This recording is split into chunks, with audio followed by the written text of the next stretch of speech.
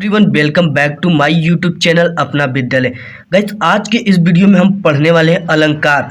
अलंकार को हम पढ़ेंगे बिना ट्रिक और बिना रटे। अब आप दांतों तले उंगली दबा रहे हैं कि बिना ट्रिक और बिना रटे, और 100% आपको मैं दावे के साथ कह सकता हूं कि अगर आप ये वीडियो आखिरी तक देखते हैं तो आप कभी जिंदगी भर अलंकार को नहीं भूल पाएंगे, और आपको इस वीडियो के देखने के बाद एक अलग जोश और उमंग अपने अंदर आएगा कि मैंने अलंकार को बिल्कुल सीख लिया अच्छी तरीके से। बिल्कुल ऐसा मैं आपको बताऊंगा कि आप 100% समझ जाएंगे। तो ये जो मेरा होगा वो बिना ट्रिक और बिना रटे रहेगा। इसकी बात रहेगा ये बिल्कुल आसान शब्दों में, शब्द जो रहेंगे वो बिल्कुल आसान रहेंगे। इसकी बात रहेगा कि आप जिंदगी भर नहीं भूल पाएंगे अलंकार को। तो आइए शुरू करते हैं एक शानदार टॉपिक को। तो सबसे पहले जानेंगे कि जो अलंकार होता है इसका अर्थ क्या होता है।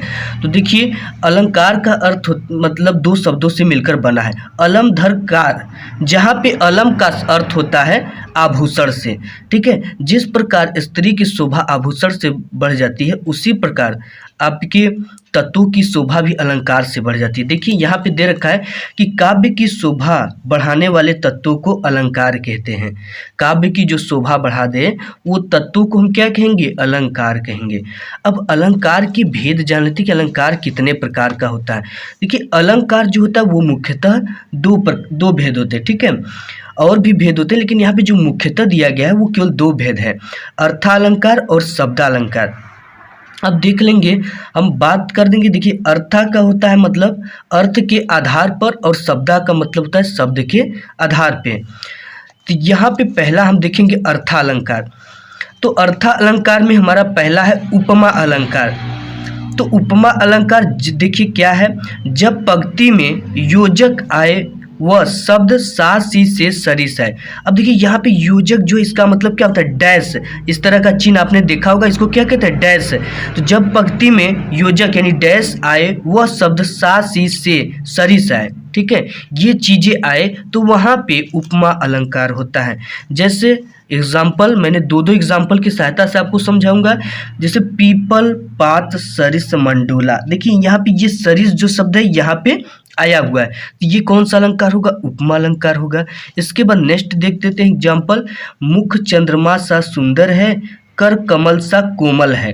देखिए इसमें सा आ रहा है, ठीक है, और योजक शब्द यानी डैश भी आ रहा है, और क्या आ रहा है? सा आ रहा है। तो यहाँ कौन सा अलंकार होगा? उपमा अलंकार। अब नेक्स्ट हमारा है रूपक अलंकार। तो इसमें जब पंक्ति में केवल योजक चिन्ह, यहाँ पे देखिए केवल योजक चिन्ह आए और साथ सी से न आए। ठीक है, हमने उपमा पढ़ा था, उसमें क्या था? योजक चिन्ह भी आए और साथ सी से भी आए, तब वहाँ पे उपमा अलंकार था। लेकिन यहाँ पे बोल रखा है जब पंक्ति में केवल योजक चिन्ह आए और साथ सी से न आए तो वहाँ पे रूपक अलंकार होता है। जैसे यहाँ पे देखिए चरण कमल बंधव हरिराई, यहाँ पे क्या है? योजक चिन्ह आया, डैश आया है। फिर इसके बाद नेक्स्ट एग्जाम्पल है मैं तो चंद्र खिलौना लय हूँ, इसमें भी योजक चिन्ह आया हुआ है। ठीक है, यहाँ पे योजक चिन्ह, तो यहाँ कौन सा अलंकार होगा? रूपक अलंकार। इसके बाद नेक्स्ट देख लेते हैं उत्प्रेक्षा अलंकार, जो कि काफ़ी ज़्यादा महत्वपूर्ण अलंकार और जाना माना अलंकार है उत्प्रेक्षा अलंकार। यदि पंक्ति में मनु जनहु मनहु मानो ज्यों जानो आदि आता है तो वहाँ पे उत्प्रेक्षा अलंकार होता है। यानी कि मनु जनु, इसके जो ये सब चीज़ जो है उसमें आना चाहिए। अगर ये सिर्फ आता है तो वहाँ पे कौन सा अलंकार होगा? उत्प्रेक्षा। जैसे यहाँ पे देखिए नेत्र मानो कमल, तो यहाँ पे कौन सा शब्द आया? मानो आया। और यहाँ पे ले चला साथ मैं तुझे कनक, ज्यों भिक्षुक ले स्वर्ण, तो यहाँ पे ज्यों आया है, तो ज्यों का मतलब क्या हो गया? यहाँ पे कौन सा अलंकार? उत्प्रेक्षा अलंकार हो गया। अब नेक्स्ट देख लेते हैं। नेक्स्ट हमारा है अतिशयोक्ति अलंकार। अतिशयोक्ति, देखिए इसमें जब किसी बात का वर्णन बहुत बढ़ा चढ़ाकर किया जाए तब वहाँ पे अतिशयोक्ति अलंकार होता है।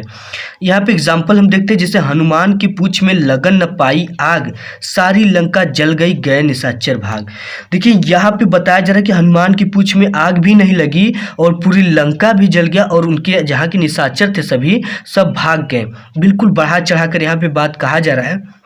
एग्जाम्पल हमारा है, आगे नदियाँ पड़ी अपार, घोड़ा कैसे उतरे पार, राणा ने सोचा इस पार, तब तक चेतक था उस पार।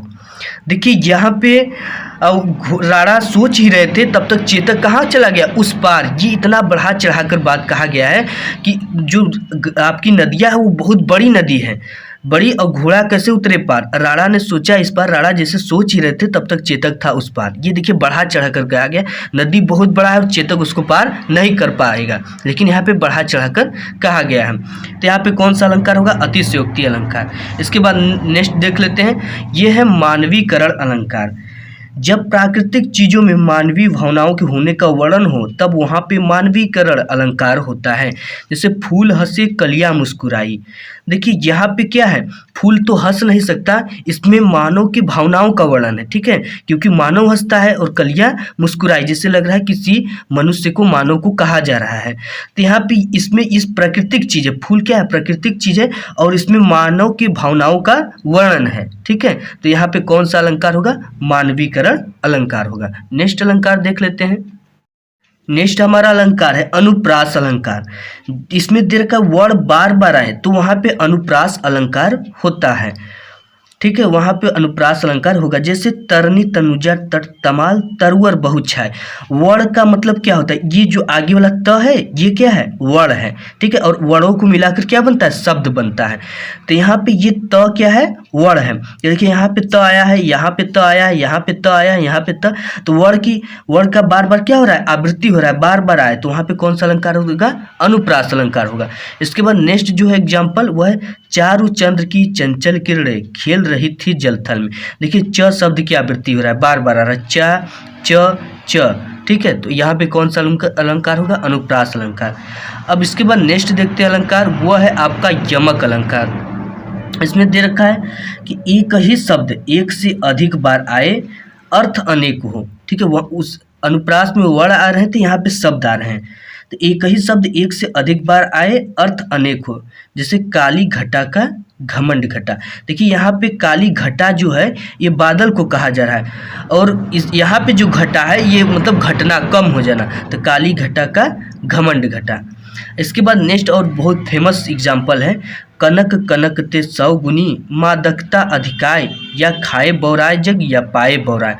यहाँ पे देखिए कनक 2 बार आया है, ठीक है, एक ही शब्द है लेकिन इनके अर्थ एक से अधिक हैं। जैसे कनक का अर्थ होता है सोना, और एक कनक का अर्थ है धतूरा, ठीक है, एक कनक का अर्थ सोना, एक कनक का अर्थ धतूरा है। तो यहाँ पे कौन सा अलंकार होगा, यमक अलंकार। नेक्स्ट हमारा अलंकार है श्लेष अलंकार।